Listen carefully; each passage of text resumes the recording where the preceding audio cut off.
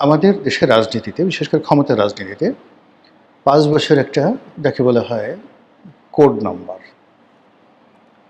আপনি লক্ষ্য করুন যে সেই 1954 থেকে আজ অবধি প্রতি ৫ বছর পর পর আমাদের রাজনীতিতে একটি ব্যাপক পরিবর্তন আসে এবং সেই পরিবর্তনের ফলে একেবারে রাজনীতির যেটিকে বলা হয় কোর্স অফ অ্যাকশন, সেই কোর্স অফ অ্যাকশন চেঞ্জ হয়ে যায়। আমি আপনাকে 1947 সন থেকে বলি। তো 1947 সনে যখন পাকিস্তান স্বাধীন হলো, তখন রাজনীতির পাদপীঠে কারা? রাজনীতির পাদপীঠে কায়েদ আজম মোহাম্মদ আলী জিন্নাহ, তার সঙ্গে মোহাম্মদ আলী বা আলী ভ্রাতৃদ্বয়, মোহাম্মদ আলী, লিয়াকত আলী, সাহেবজাদা ইয়াকুব আলী খান। আছে গেল। তো 47, 48, 49, 50। সেই 50-এর পরে এটা পরিবর্তন হতে থাকলো। সেই পরিবর্তনের ধারায় সেখানে গোলাম মোহাম্মদ, চৌধুরী গোলাম মোহাম্মদ, এরপর খাজা নাজিম উদ্দিন, এখানে হোসেন শহীদ সরওয়ার্দী, শেরেবাংলা একে ফজলুল হক, সর্বভারতীয় রাজনীতির এই সমস্ত দিকপালরা এসে পাকিস্তানের রাজনীতিতে গুরুত্বপূর্ণ হয়ে পড়লেন। দ্বিতীয় ক্যাটাগরিতে এসে যারা এলেন তারা খিলাফতে রব্বানী পার্টির আবুল হাসিম, তারপর সেই মুসলিম লীগের আরও অনেক যারা নেতৃবৃন্দ রয়েছেন তারা। এভাবে চলল ৫ বছর। তাহলে 50, 51, 52, 54। 54-তে এসে পুরো রাজনীতির যে পট পরিবর্তন হয়ে গেল, একেবারে কোর্স অফ অ্যাকশন পরিবর্তন হয়ে গেল পূর্ব পাকিস্তানে এবং পশ্চিম পাকিস্তানে। এভাবে চলল ৫ বছর। 54, 55, 56, 57। 58 সালে এসে পুরো রাজনীতির পট পরিবর্তন হয়ে গেল। সেখানে আইয়ুব খান চলে আসলেন, সব শেষ। এবং একটা ইতিহাস তৈরি হলো, সামরিক শাসনের ইতিহাস। সেই 58 থেকে 58, 59, 60, 61, 62 সনে এসে কি হলো, আবার কোর্স অ্যাকশন পরিবর্তন হলো। আইয়ুব খান দেখলো যেভাবে চলবে না, নির্বাচন দিতে হবে, বেসিক ডেমোক্রেসি দিতে হবে, রাজনৈতিক দলগুলোকে স্বীকৃতি দিতে হবে, নানা রকম একটা পরিবর্তন, মানে সামরিক শাসনটাকে তিনি আবার গণতন্ত্রে রূপান্তরিত করলেন। আচ্ছা, 62 থেকে আবার 5 বছর, 63, 64, 65, 66। 66 সনে কি হলো, পুরো তার যে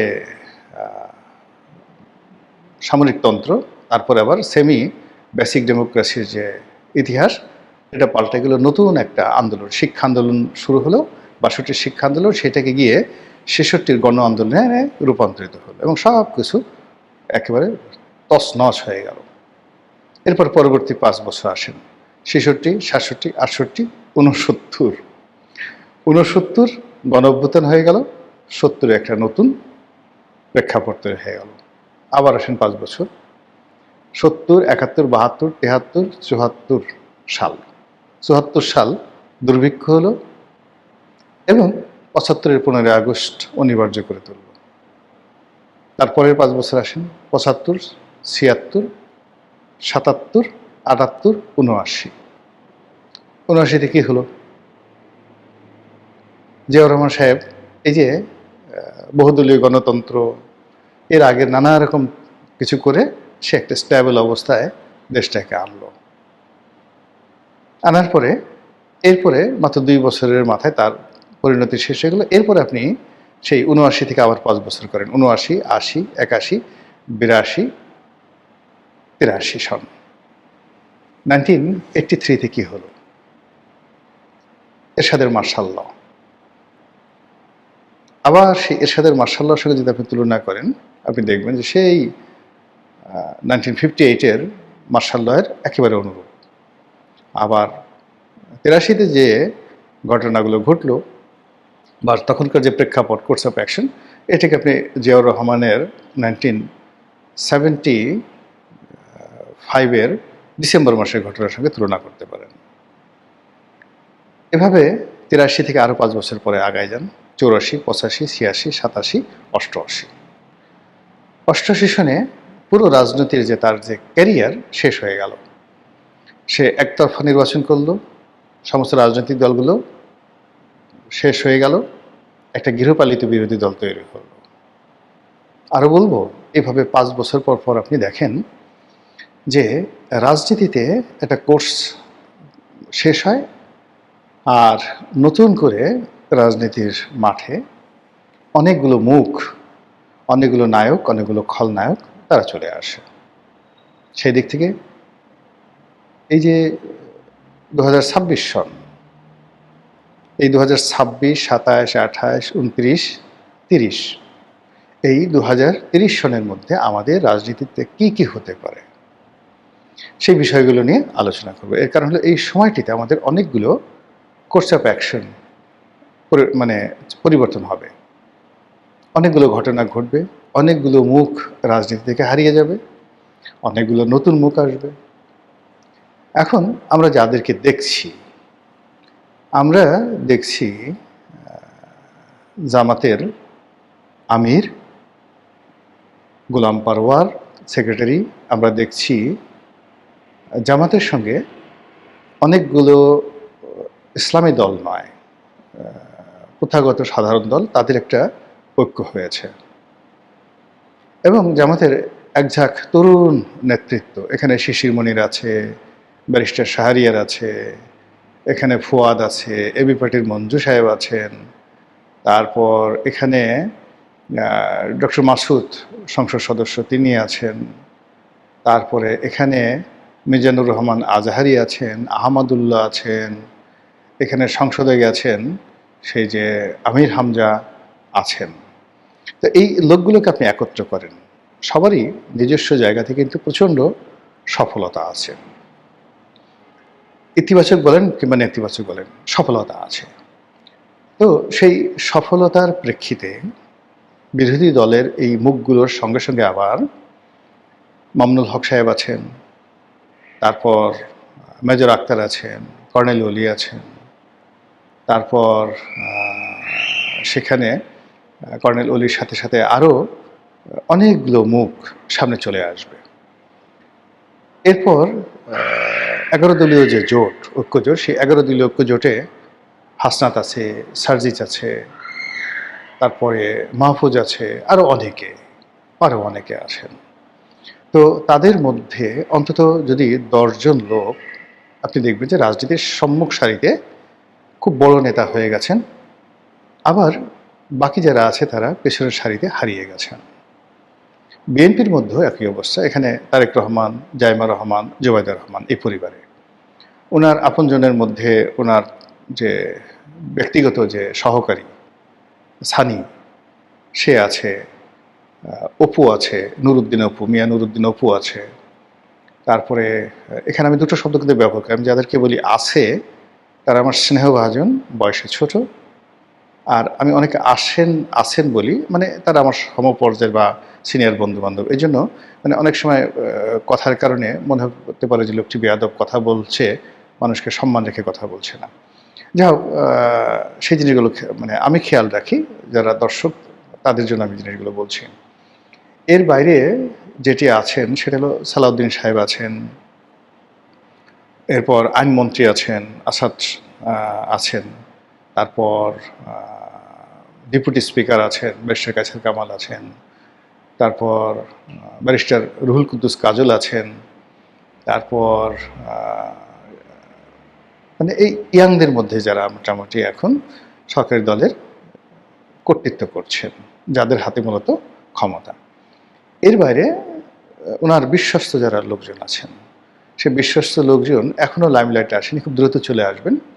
সেটা হলো স্থানীয় সরকার এলজিআরডি যে মিনিস্ট্রি রয়েছে, সেই মিনিস্ট্রিতে যিনি প্রতিমন্ত্রী আছেন, বগুড়া থেকে হয়েছেন এক ভদ্রলোক, দলের মধ্যে খুবই প্রভাবশালী। এই মুহূর্তে তাকে যাকে বলা হয় ডিফ্যাক্টো সাধারণ সম্পাদক বলা হয়, উনি আছেন। এরপরে চিফ হুইপ যিনি আছেন তিনি আছেন, শহীদুদ্দিন চৌধুরী আনি তিনিও আছেন, জহিরুদ্দিন স্বপন আছেন।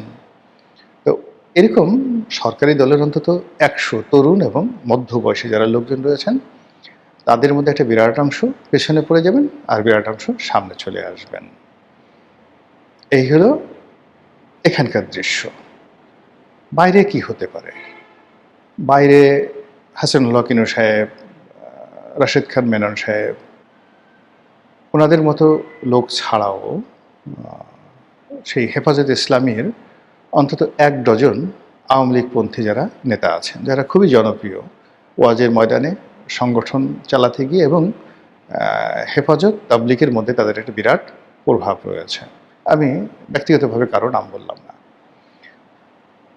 অন্যদিকে আওয়ামী লীগের যে রাজনীতি, সেই রাজনীতিতে শেখ হাসিনা যা ছাড়াও জাহাঙ্গীর কবির নানক সাহেব আছেন, বাহাউদ্দিন নাসিম সাহেব আছেন।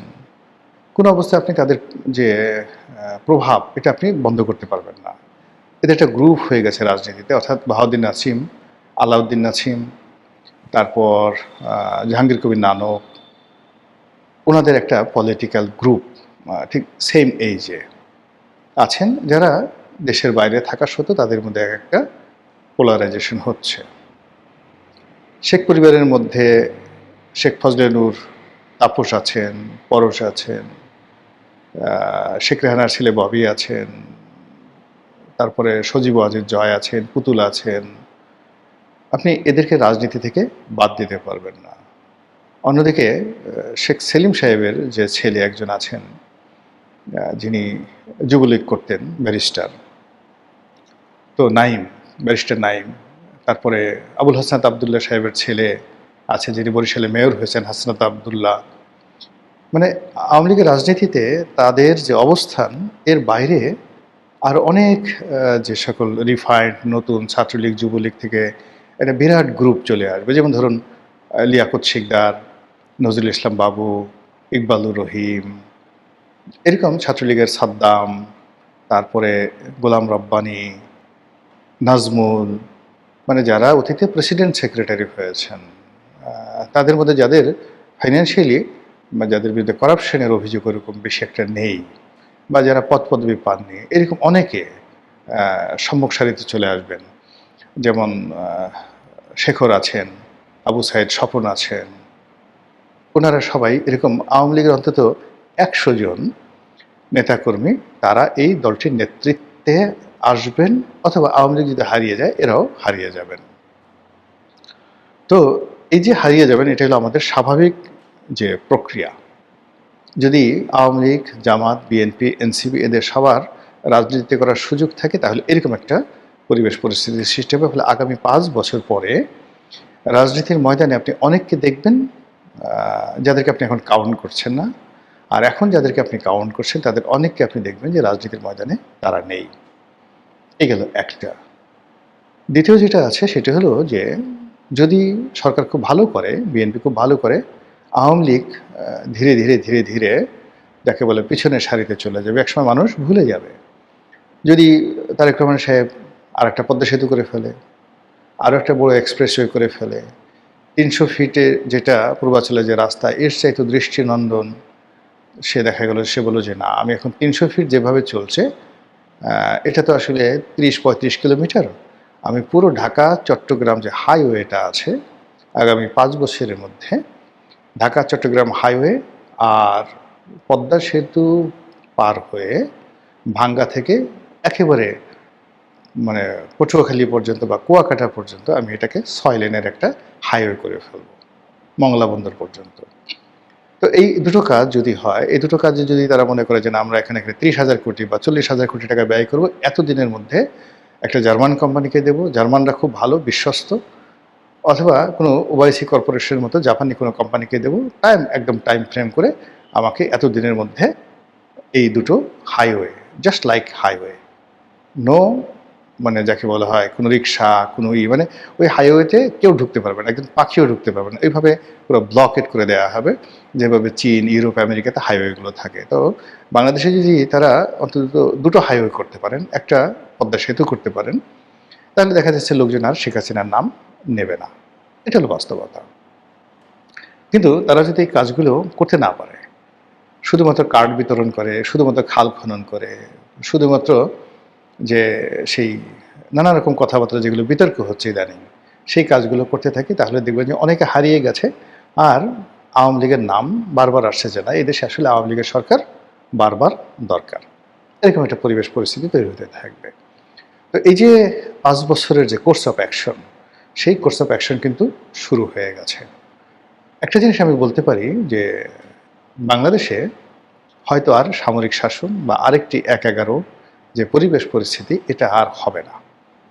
আরেকটা জিনিস আমি বলতে পারি যে আমাদের যে সিভিল সোসাইটিতে যে ধরনের একটা অ্যাম্বিশন ছিল, ডক্টর মোহাম্মদ ইউনূসের পতনের পরে সেই অ্যাম্বিশনটাও চলে গেছে।